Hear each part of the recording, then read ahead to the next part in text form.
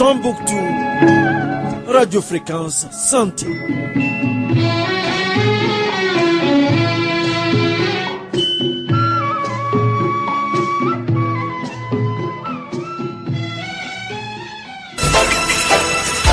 Radio Clédou, le journal, avec Sotelma Malitel. Lundi 21 août 2017, vous écoutez bien la radio Clédou, 29 degrés sur Bamako. C'est l'heure du journal avec vous, Arunaba. Bonjour. Bonjour, Mahmoud Khan. Bonjour à vous, fidèles auditeurs des radios Clédou IBK sur son projet de révision constitutionnelle. Annonce faite vendredi soir sur la télévision nationale, une décision dite salutaire par la plateforme Ante Abana touche pas à ma constitution. Hors de chez nous, la première dame zimbabwéenne Grace Mugabe a quitté l'Afrique du Sud ce dimanche 20 août par une immunité diplomatique. On en parle dans l'actualité internationale des 13h. Et puis sport, CHAN 2018, les finalistes de l'édition 2016 seront absents. Deuxième coup de tonnerre de la journée après la RD Congo tenante du titre. Voilà qui sont dauphins de 2016. Les Mali ne participera pas non plus à la compétition après sa défaite 0-1 face aux locaux mauritaniens. Voici pour vous les sommaires. Bienvenue à tous.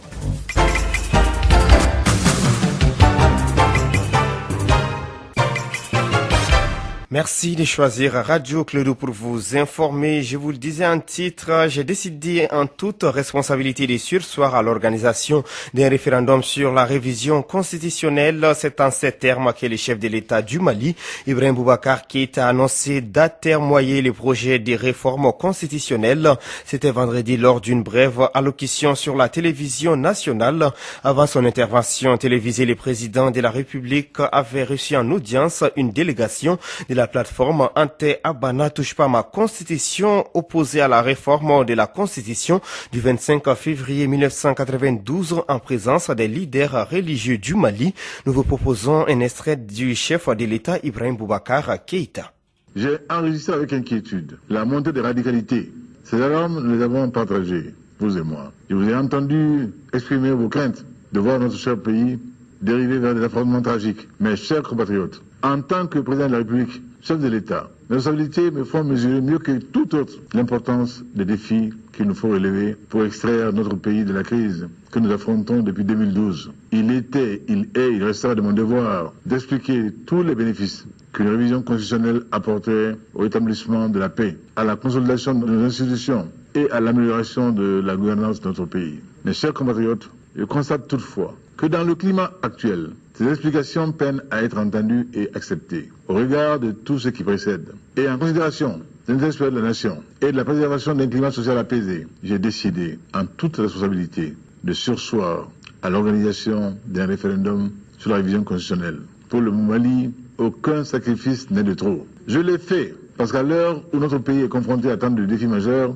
on ne saurait ajouter au péril existant ce que font naître la mésentente, la polémique et le malentendu. Nous devons prendre le temps de nous retrouver pour échanger sans détour. Il me reviendra, en tant que président de la République, chef de l'État, à faire prendre les dispositions nécessaires pour que le dialogue qui s'engagera soit inclusif et dépassionné. À l'instant, Ibrahim Boubacar Keïta, le président de la République du Mali, la décision du chef de l'État saluée par la plateforme Ante Abana touche pas ma constitution après plusieurs semaines de mobilisation pour le retrait du projet de révision constitutionnelle. Les leaders de l'organisation obtiennent finalement une suspension du référendum pour Amadou Thiam, premier vice-président de la plateforme Ante Abana. Ceci est un grand pas pour la démocratie malienne. Il est au micro de Mahmoud Khan. Cette décision du président public de surseoir l'organisation de ce référendum est d'abord et avant tout la victoire du peuple malien. Je dirais que 2 longs mois de lutte citoyenne a fini par payer et je crois que le président a pris une décision qui lui fait honneur et également qui fait honneur à notre démocratie. Au-delà de la constitution, de la révision constitutionnelle, la plateforme Ante Abana a montré qu'il est possible d'avoir un nouveau type de Malien. Il est possible que la société civile et les politiques puissent se mettre ensemble, forces vives de la nation puissent se mettre ensemble quand il s'agit de l'essentiel. Et nous venons de le prouver. Nous avons eu à organiser des marches qui ont enregistré des participations records sans précédent. Et je crois que c'est une nouvelle page de l'histoire politique du Mali qui s'ouvre avec Ante Abana. Aujourd'hui, cette plateforme reste déterminée et restera là pour jouer ce rôle de sentinelle de la démocratie malienne et restera là en veille par rapport à la Constitution. Et je crois que pour nous, la lutte ne fait que commencer. Nous allons resserrer les rangs et nous attaquer à d'autres luttes, à savoir la gouvernance politique, et la gouvernance financière et la question du Nord. Je crois que ça, ce sont des questions qui sont des défis réels pour le peuple malien. Je pense que la révision constitutionnelle n'est qu'une étape pour cette plateforme Ante-Abana qui continuera de mener le combat pour qu'enfin le Mali que nous avons connu puisse se tenir debout sur ses pieds. Amadou Thiam, premier vice-président de la plateforme Ante-Abana touche pas à ma constitution, les propos recueillis par Mahamadou Khan. Tout à fait autre chose, la cour d'appel de Bamako condamne Alou Mahaman Touré à 10 ans de réclusion. C'est l'ancien commissaire du Moujao à Gao au moment de l'occupation entre 2012 et 2013. Alou Mahaman Touré était accusé de crimes de guerre, d'atteinte à la sûreté de l'État, d'association de malfaiteurs, de coups et blessures volontaires, de tortures, de terrorisme, des détentions illégales d'armes et des guerres de munitions. Lors de l'audience du vendredi dernier, il a nié toutes ces accusations. Au moins 8 de ses victimes présumées étaient présentes à l'audience face à un jury composé de 4 civils, du président de la cour et de 2 magistrats assesseurs. Kassim Traoré pour plus d'éclairage. La joie était lisible sur le visage des témoins et victimes des atrocités commises par le commissaire Aliou Mahaman Touré. C'est quand même un sentiment de satisfaction parce que nous avons toujours souhaité qu'il y ait ce procès-là. Parce qu'il y en a qui disent qu'Aliou n'a rien fait, mais tout ce qu'on dit qu'Aliou a fait, Aliou a fait. Aliou, c'était un commissaire islamique extrêmement puissant. Je peux dire même qu'il avait droit de vie ou de mort pour les gens. Parce que s'il décide de quelque chose, il le fait. S'il décide d'exécuter quelqu'un, il l'exécute. S'il décide d'amputer, il empêche. Dire que Aliou est un innocent, ce n'est pas la vérité. Les avocats trouvent que la peine qui lui a été infligée est acceptable. Maître Tchesolo Konaré. La chambre de jugement vient de le reconnaître coupable des faits à lui reprocher quand même. Lui a accordé le bénéfice de larges circonstances atténuantes. Or, dans le cas d'espèce, lorsque les cours et tribunaux accordent le bénéfice de circonstances atténuantes, conformément aux dispositions de l'article 18, alors en cette matière, la peine maximale étant la peine de mort, ils peuvent ramener cette peine à 5 à 20 ans. Pour Maître Mokhtar Mariko, la Cour n'est pas allée dans le même sens que les avocats de la partie civile. Les coups et blessures aggravées. Mais ce n'était pas cette qualification que nous voulons parce que ces crimes-là étaient prescrits au bout de 10 ans. Si c'est un crime de guerre, il n'y a pas de prononciation de peine de mort contre l'accusé. Mais quand même, c'est des crimes imprescriptibles. Jusqu'à la mort de l'accusé, il peut être poursuivi un jour. Donc voilà pourquoi nous nous battons. Si la Cour n'est pas allée dans ce sens, peut-être qu'elle a pensé avoir tous les éléments à son pouvoir pour trancher. Les victimes et les témoins ont salué la tenue de ce procès parce qu'il avait été dit que l'ancien commissaire du Moujao a été libéré dans le cadre des échanges de prisonniers avec le gouvernement malien.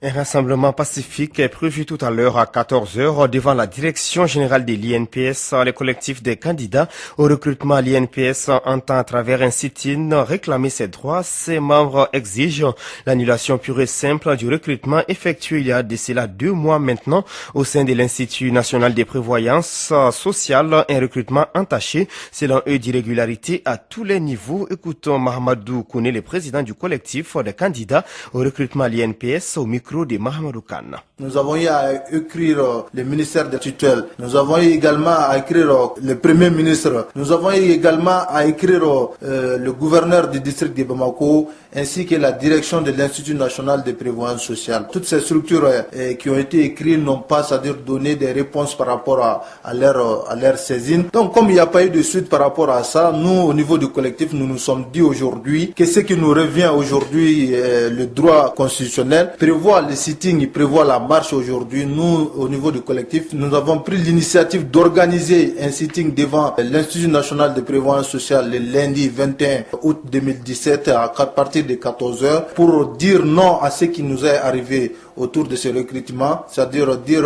non au népotisme qui a été, c'est-à-dire à ce recrutement, non au favoritisme qui a été à ce recrutement, informer encore de plus l'opinion nationale et internationale par rapport à ce recrutement au cours de ces sittings. Nous avons fait appel à tous les candidats, tous les 3000 et quelques candidats qui ont eu à déposer les dossiers, ainsi qu'à tous ceux dont, c'est-à-dire ces recrutements à causer du mal, c'est-à-dire à tort et à travers, même nos enfants, c'est-à-dire même nos frères et sœurs qui sont à l'école, aujourd'hui qui voient leur avenir menacé par ces gens-là, parce que autour de chaque recrutement, aujourd'hui, nous voyons qu'il y a les responsables politiques, il y a les responsables syndicaux.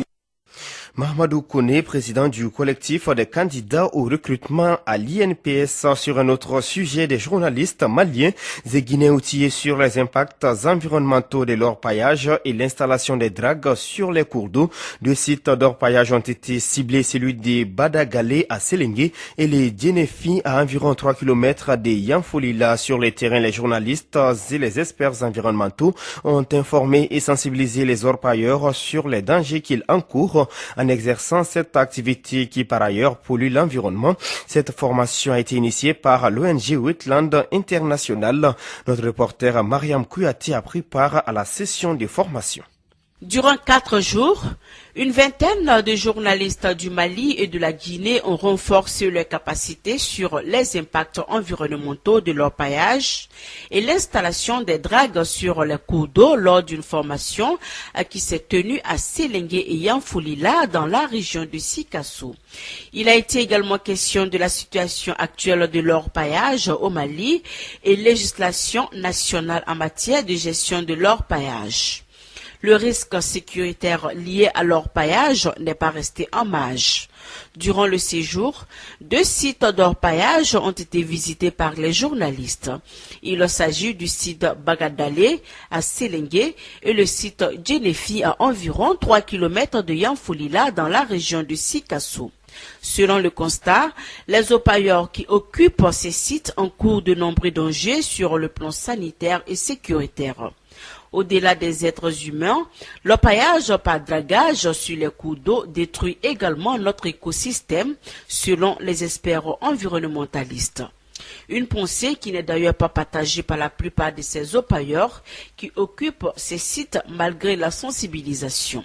Conscient du danger, l'ONG Wetland International, qui œuvre pour le bien de l'environnement à travers la voix des journalistes, compte mener loin cette sensibilisation, car l'environnement est un enjeu vital, un objectif essentiel, donc une préoccupation en commune.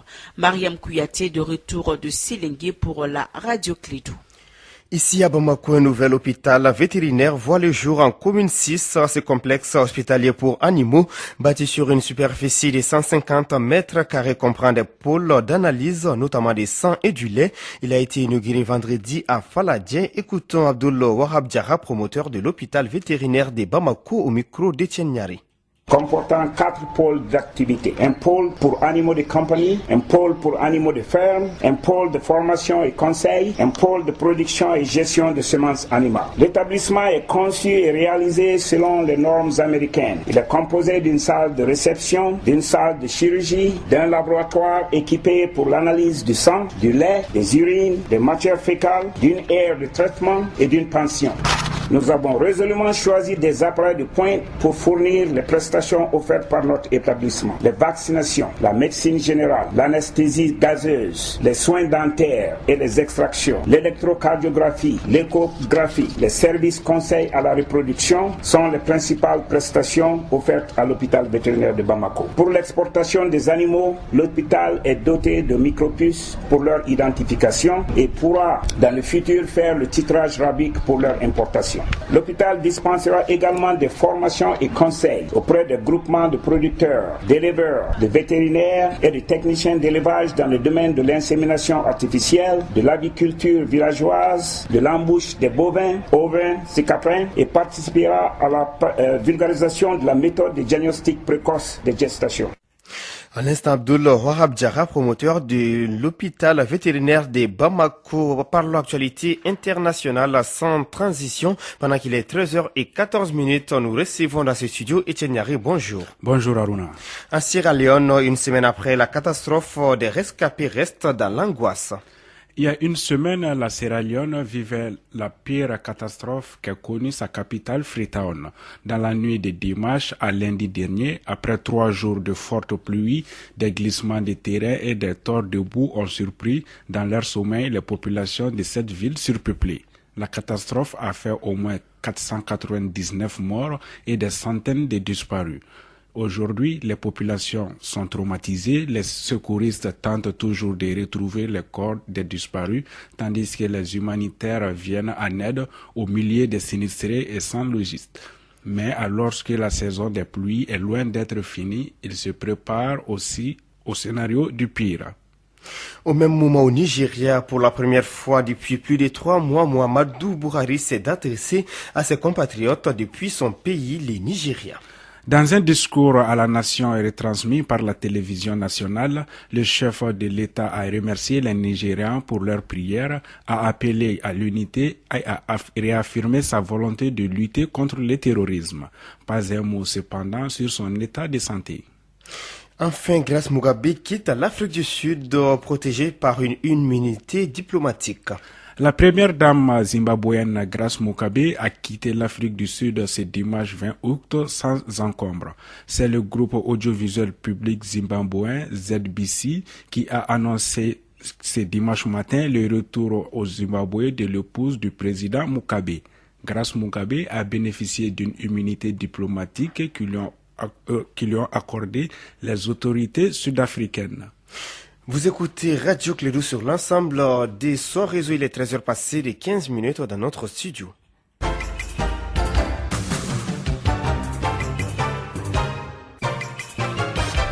Enfin, sport, CHAN 2018, la Mauritanie élimine les Mali. Les locaux maliens ne participeront pas au championnat d'Afrique des Nations Kenya 2018, pourtant en position favorable. Après les 2-2 ramenés à l'aller, les aigles locaux ont été surpris par la Mauritanie samedi dernier au stade Modibo Keïta de Bamako. L'unique but de la rencontre a été inscrit par Karamoko Traoré 0-1 à domicile lors du dernier retour des éliminatoires. Écoutons les sélectionneurs du Mali, Dramé sur cette défaite au micro de Souley Koulibaly.